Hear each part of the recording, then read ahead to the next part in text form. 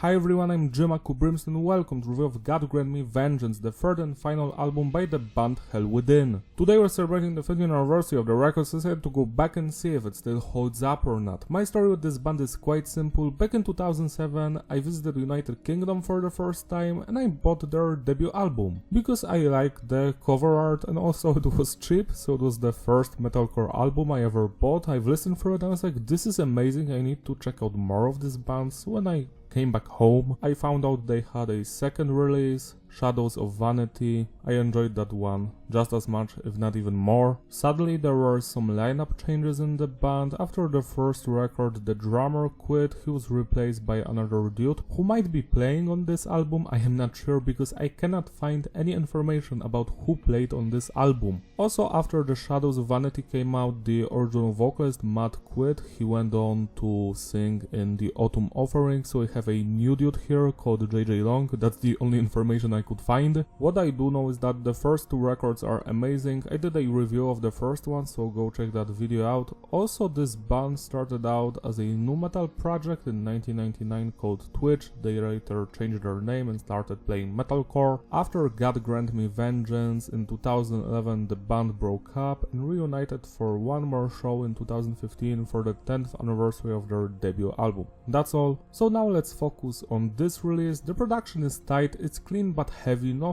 clipping, just the way I like it. I don't know who the producer is because I couldn't find information about it. Might be the band themselves. The sound is nice, I do enjoy how the drums are mixed here, the guitars, the vocals, it sounds amazing. Not as good as the previous two albums, but still really nice. Message is diverse, the songs are about violence, revenge, vengeance, personal issues, breakups, relationship problems, addictions, but also anti-religion, and that's actually weird because some of the songs are like, there is no God, while the other tracks are like, yeah, God exists, but he's cruel. So make up your mind because I am not sure what your thoughts are about that, but to me it looks weird when one song is like, there is no God, and the other song is like, God is here, and I don't like it. So I guess the lyrics were written by several people, like maybe some songs were done by the vocalist, some by the guitarist. That's actually what happens in lots of bands, for example Slayer, where the vocalist is Catholic but Kerry King is like anti-religious, so all of the lyrics are like, ugh. Or System of a Down, where most of the lyrics were done by Serge, but on the last two records they were mostly done by the guitarist Darren, and that's why the viewpoints were different. Maybe that's what's happening here as well. Structures between basic and advanced. Usually we've got an intro, verse, pre-chorus, chorus, verse, pre-chorus, chorus, bridge, verse, pre-chorus, chorus, outro. Sometimes it's slightly different where they rearrange some stuff, add more segments to the bridge. Also, most of these songs have guitar solo, at least one. When it comes to music genre on this record, it's metalcore, but it's heavily inspired by heavy metal, melodic death metal and thrash metal. You can hear it in every song. So it continues the style of the previous albums while slightly altering the vibes this record brings out.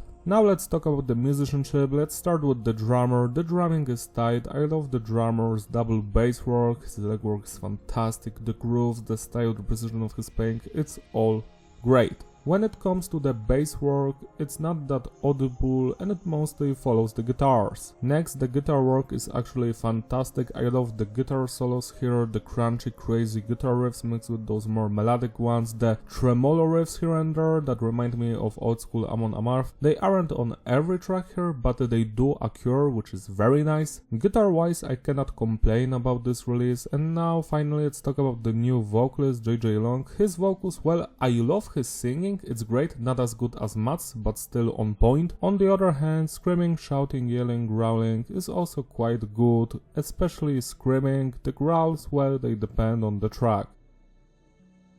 Now let's rate the individual songs. The album opens up with Condemning the Bloodline, and I am actually astonished by how weak this song sounds compared to the rest of the album. Maybe that's why they've decided to open the record with it, but that's not a great idea because, you know, it might be detrimental to the experience. You might stop listening after this song because it's not that interesting. It's very predictable, boring. It's a good song, don't get me wrong. I do enjoy the guitar riffs, the drumming, the vocals, the screams are great, but yeah, it sounds like a filler, and that's how you're starting the record. Like, the previous two albums had fantastic openers, and this one looks so bad compared to them. So it's just a good song, nothing special. 7 out of 10.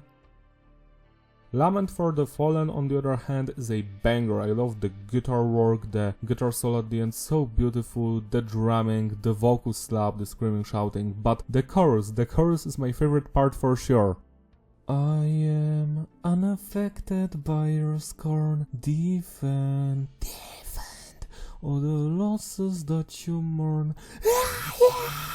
Pushing further than before, transcend from this memory once more. So that's the chorus, and I just love it, so beautiful. My singing is awful, but the vocals actually sounds perfect. 10 plus out of 10. The title song, God Grant Me Vengeance, I love the vocals here, the screaming. It has no clean singing, the guitar riffs, especially the tremolo picking. This one is a banger as well, while it's not on the same level as Lament for the Fallen, because I really enjoy the clean singing, so this song doesn't have it, but it has amazing instrumental work and crazy screams. 10 out of 10. The Rebirth, on the other hand, has fantastic vocals, especially the cleans. The guitar riffs also slap, same with the drums, and the solos are beautiful. Let eyes fixate upon our souls, reaping the effortless, conceiving a rebirth, faithless, rejected apathy, pathetic virtue stains our God-forsaken world. So I actually enjoy that line so much. When it repeats, I'm like, hell yeah. But one of the choruses has a weird flanger like effect on his voice, so I'm like, that chorus not so much, but every other one slaps. So yeah, this is 10 out of 10 for sure. Assembly of the Locust, this one goes hard, especially with the screams. 80% of you will turn your back on our prison's holy temples for the modern criminal mind. He kills with sacred hands. Because I like how the vocalist like shifts between the mid screams to high screams and lower growls between the lines, you know, it goes hard as hell. Love the tremolo picking here, the atmosphere of the song. The clean singing is great as well. Salvation is all alone inside your head, man made to believe.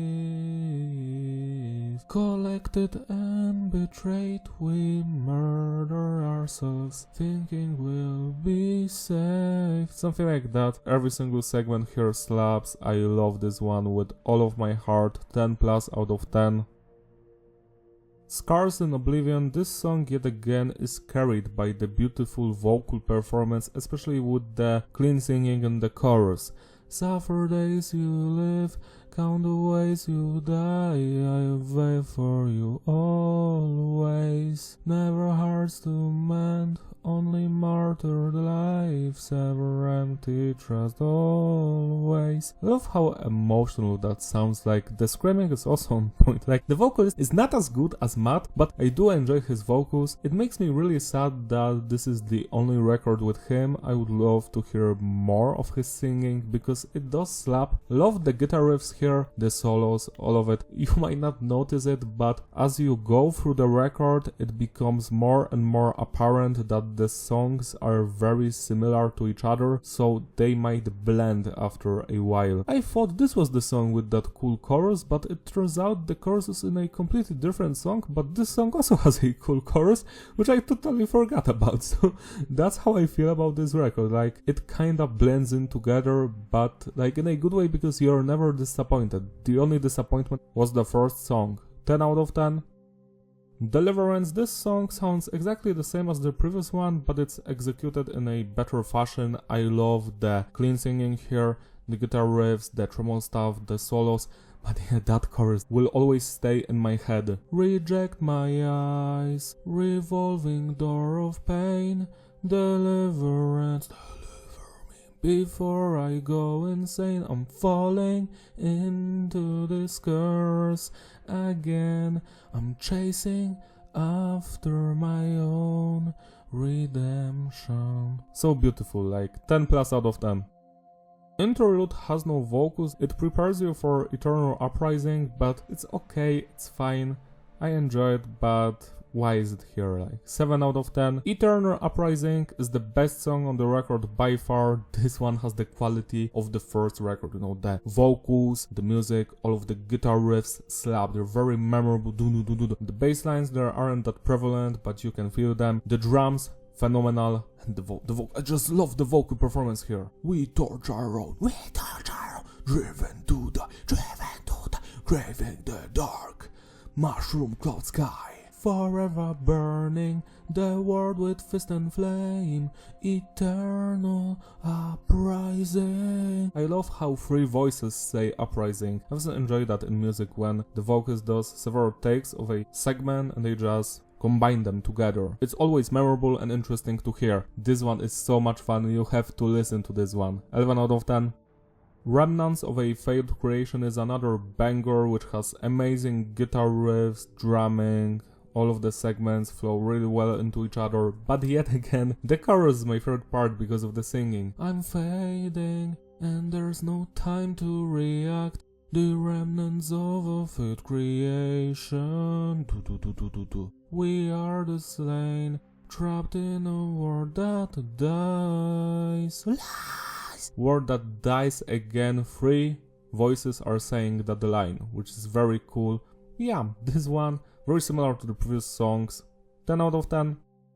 And the final track, Hours of Decay. This one has an interesting intro with acoustic guitar, very melodic, very somber and emotional. Then the heavier guitar is coming, bass beats, all of that. Cool guitar solos in this one. Yet again, the vocals shine through. This one doesn't have that much clean singing, just small little chorus here and there. When will I wake to kill your mind like mine? And again, like mine is said by 3 voices. I love that. I love those cool layers of vocals on top, which make the entire thing more tasteful, in my mind. 10 out of 10. To sum it all up, the consistency is stable, the flow is fitting, repeatability. Yeah, this is an excellent record, the weakest from this band, but still fantastic. The only song that I will remove would be the first one, Condemning the Bloodline, because it sounds like a filler, and the interlude. What's up with that? Everything else is just straight up amazing, just a little bit too samey, like it's hard to figure out which song is which after you have a break from it. Like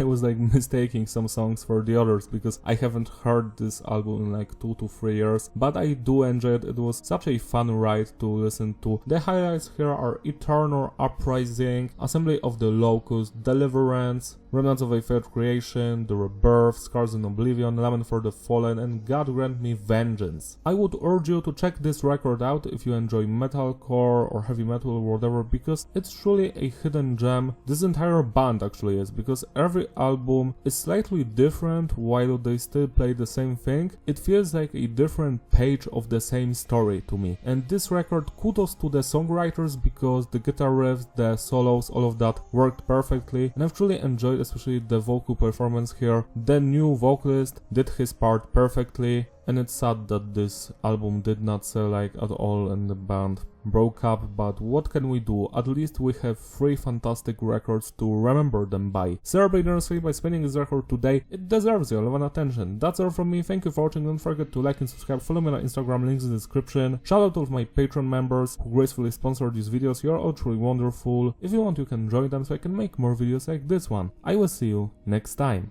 Have a great day. Bye.